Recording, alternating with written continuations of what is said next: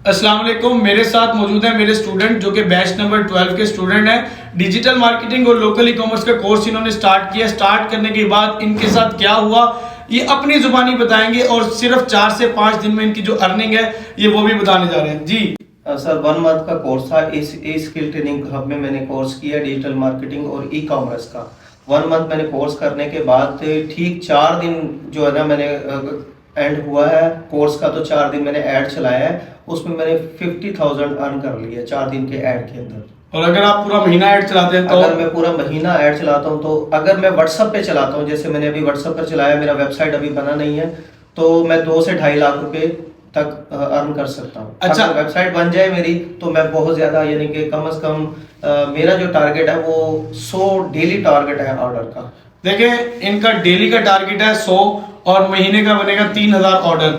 अभी वेबसाइट के बगैर इतनी जो